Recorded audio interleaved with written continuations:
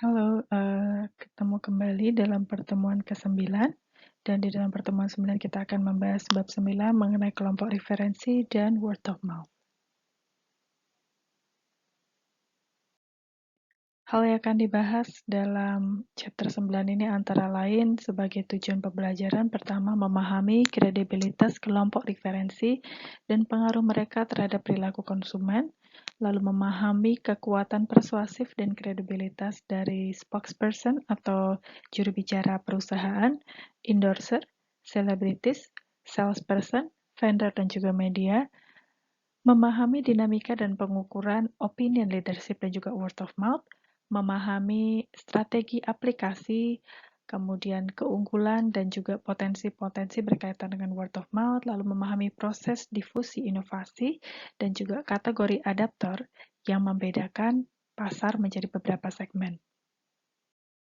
Kita akan masuk dalam pembahasan pertama. Di sini ada gambar tentang keluarga Chunky.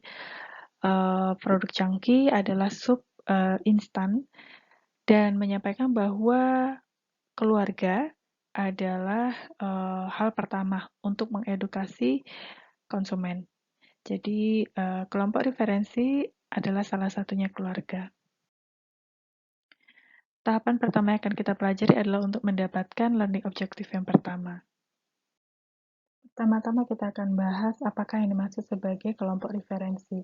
Kelompok referensi di sini adalah suatu kelompok yang memberikan suatu sumber untuk dibandingkan, memberi pengaruh, dan men-sharingkan norma-norma untuk membentuk opini seseorang atau nilai seseorang atau perilaku seseorang. Jadi kelompok referensi ini adalah kelompok yang bisa memberikan pengaruh untuk mengubah perilaku seorang, kemudian kelompok yang biasanya menjadi pembanding bagi konsumen lainnya. Yang berikutnya adalah sumber kredibilitas. Sumber kredibilitas di sini adalah seorang yang merupakan sumber yang bisa memberikan dampak yang berakar dari kemampuan mereka akan suatu bidang tertentu, keahlian mereka, mereka bisa dipercaya, dan bisa menimbulkan rasa percaya orang lain. Contoh dari sumber kredibilitas yang tadi sebelumnya dijelaskan adalah misalnya dokter. Dokter adalah sumber kredibilitas yang sangat ampuh bagi seorang pasien karena informasinya dianggap sangat valid karena mereka adalah memang orang yang memiliki expertise atau keahlian di bidangnya. Kemudian misalnya seorang atlet bicara tentang sport shoes. Itu juga bisa dianggap sebagai sumber kredibilitas karena orang tersebut berpengalaman dalam hal olahraga sehingga dianggap memahami sepatu yang cocok atau fit untuk seorang olahragawan. Di slide ini kita akan juga menjelaskan dua tipe dari kelompok referensi. Pertama adalah kelompok membership dan yang kedua adalah kelompok simbolik. Kelompok membership di sini adalah kelompok yang memang konsumen merupakan bagian dari kelompok tersebut secara real dan secara resmi ataupun diterima secara real dalam kelompok tersebut. Sebagai contoh adalah kelompok pertemanan yang akrab bagi konsumen di mana dia diterima apa adanya dan secara realita memang memiliki hubungan yang dekat dengan orang lain, yaitu pertemanannya itu. Kemudian misalnya dia merupakan salah satu bagian dari kelompok member Matahari Club misalnya, ataupun member organisasi tertentu, ataupun ikut dalam arisan atau kegiatan berkumpulan, itu adalah membership group. Tipe yang kedua adalah symbolic group, di mana kelompok ini adalah suatu kelompok yang konsumen tidak bergabung secara resmi, tidak bergabung secara real, tetapi perilaku kelompok ini diadopsi, baik itu nilai-nilai dan perilakunya, oleh konsumen. Sebagai contoh adalah misalnya BTS diadopsi perilakunya oleh fans-fans mereka, itu adalah symbolic group. Atau misalnya ketika Anda fans dari Agnes Monica, Anda mengadopsi perilaku Agnes, apa yang digunakan Agnes, kemudian perilakunya dan nilai-nilai Agnes, walaupun Anda tidak mengenal secara personal dengan Agnes Monica, itu adalah symbolic group. Bagaimana dengan pengaruh dari kelompok referensi? Ada dua jenis pengaruh di sini. Pengaruh yang pertama adalah normative influence, di mana pengaruh normatif adalah pengaruh yang bersifat pembelajaran, yang berupa sharing norma-norma ataupun nilai-nilai ataupun perilaku yang diadopsi oleh konsumen. Kemudian comparative influence di sini terjadi ketika konsumen mencoba untuk membandingkan dirinya dengan orang lain yang mereka kagumi, yang mereka hormati, dan mengimitasi perilaku atau nilai orang tersebut. Biasanya untuk comparative influence adalah orang yang memang memiliki demografi yang serupa dengan konsumen tersebut. Di bagian tabel 9.1, Anda bisa melihat bagaimana perbandingan antara kelompok membership dengan simbolik jika dilihat dari pengaruh normatif dan komparatif. Untuk kelompok yang berada dalam membership, pengaruh normatif di sini cenderung punya pengaruh yang besar, biasanya berasal dari keluarga dan teman-teman dekat ataupun anggota keluarga. Mereka saling menyadari, baik orang yang memberi pengaruh ataupun yang diberi pengaruh saling menyadari bahwa mereka saling mempengaruhi. Kemudian mereka biasa berada dalam kelompok sosial ekonomik yang sama. Ini adalah kelompok membership group yang punya pengaruh normatif.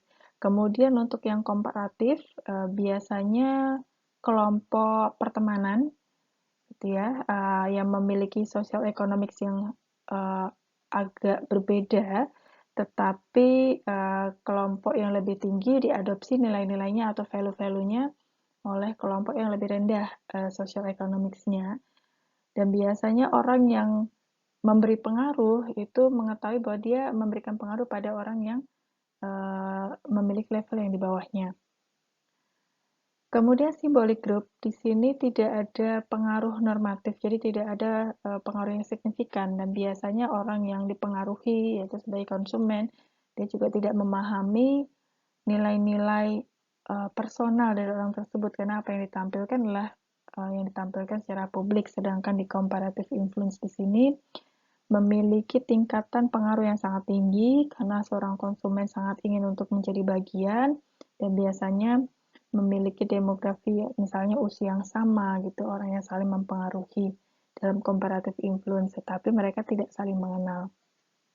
Beberapa kelompok yang berkaitan dengan kelompok referensi seperti di bawah ini ada kelompok pertemanan, kelompok shopping, komunitas virtual, dan kelompok advokasi. Kelompok pertemanan ini adalah kelompok pertemanan dekat yang bisa didapatkan misalnya teman sekelas, apa teman dekat, teman hangout ke mall, teman-teman satu organisasi, biasanya saling mempengaruhi satu sama lain, atau kelompok satu klub itu saling mempengaruhi satu sama lain. Misalnya yang satu menggunakan pakaian dengan merek A, kemudian tampak bagus, yang lain juga akan mengadopsi sepatunya merek tertentu, yang lain juga saling mempengaruhi. Yang satunya menggunakan smartphone tertentu, yang lain satu saling mempengaruhi. Kemudian shopping group di sini adalah kelompok yang merupakan bagian dari kelompok dalam grup belanja yang biasanya dibentuk oleh perusahaan. Contohnya misalnya kalau Anda punya membership di salah satu perbelanjaan, toko misalnya, Anda biasanya harus memberikan pengaruh atau mencari konsumen baru, kemudian memberikan pengaruh pada mereka untuk membeli di toko tersebut.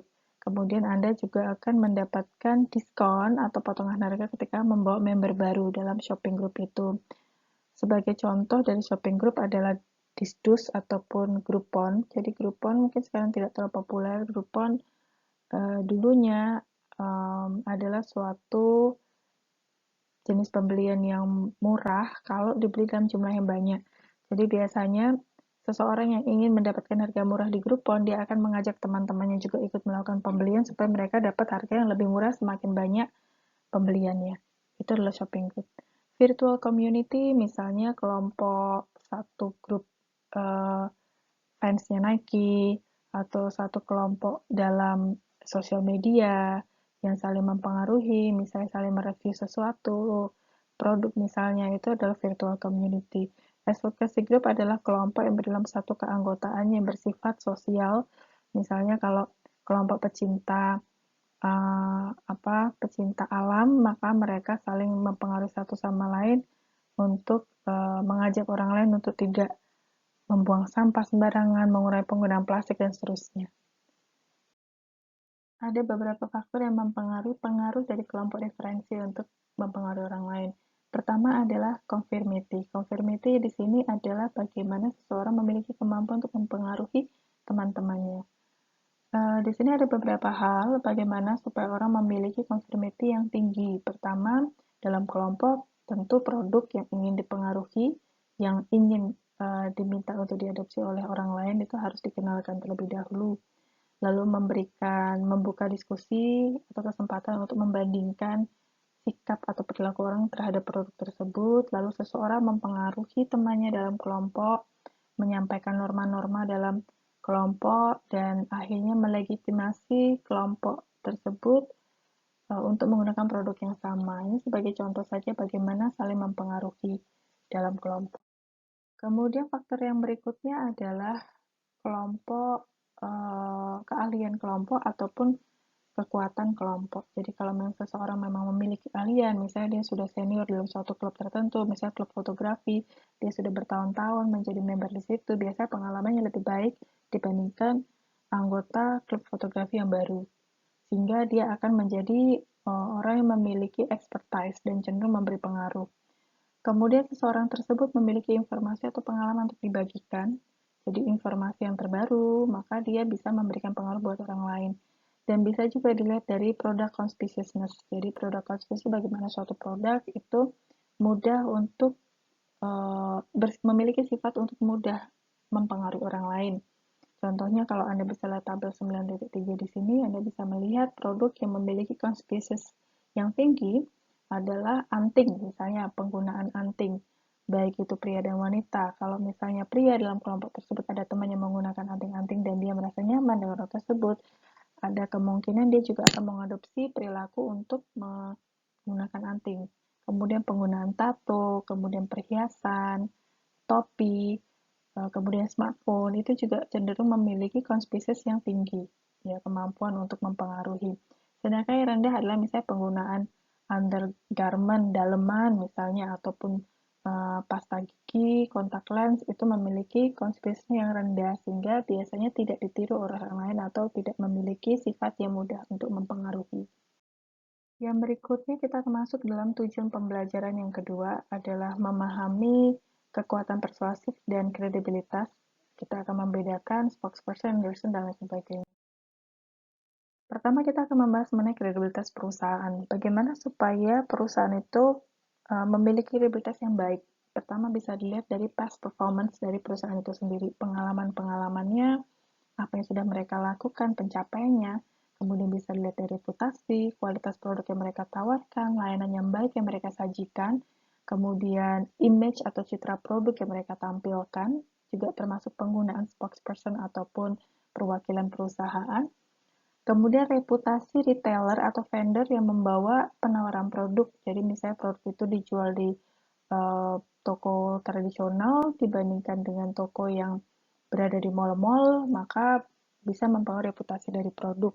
Kemudian media yang mereka gunakan untuk mengiklan produknya itu bisa juga mempengaruhi konsumen. Dan institutional advertising atau iklan institusional, di mana iklan institusional di sini adalah iklan untuk menginformasikan kepada konsumen mengenai filosofi perusahaan, kemudian nilai-nilai perusahaan, tidak memberikan penawaran produk, dan kegiatan-kegiatan sosial yang dilakukan oleh perusahaan. Lalu berikutnya adalah apa yang harus dilakukan seorang endorser kaitannya dengan produk yang mereka tawarkan supaya berjalan efektif. Yang pertama harus dipastikan ada sinergi yang tepat antara endorser dengan tipe produk. Jadi endorser itu harus memiliki profesi yang inline dengan produk yang digunakan. Misalnya atlet bicara tentang baju olahraga, sepatu olahraga, ataupun multivitamin yang ada sinergi, ada kesamaan dengan karakteristik produk. Kemudian kedua, endorser harus sesuai dengan demografi dari target pasar. Karena biasanya target pasar akan menggunakan comparative influence. Dia akan cenderung membandingkan dengan orang yang punya demografi yang sama, usia yang sama, jenis kelamin yang sama, memiliki lifestyle yang sama, sehingga akan lebih efektif kalau target pasar memiliki demografi yang sama dengan endorsernya. Kemudian yang ketiga, customer harus percaya dengan salesperson-nya, sama seperti dia percaya dengan endorser-nya. Maka harus konsisten seorang salesperson, seperti apa yang disampaikan oleh endorser. Kemudian pesan yang disampaikan, kontennya harus sesuai dengan kualifikasi dari spokesperson. Jadi, misalnya seorang dokter mengiklankan produk kesehatan, dia punya kualifikasi yang memang dia layak untuk menyampaikan produk kesehatan atau vitamin.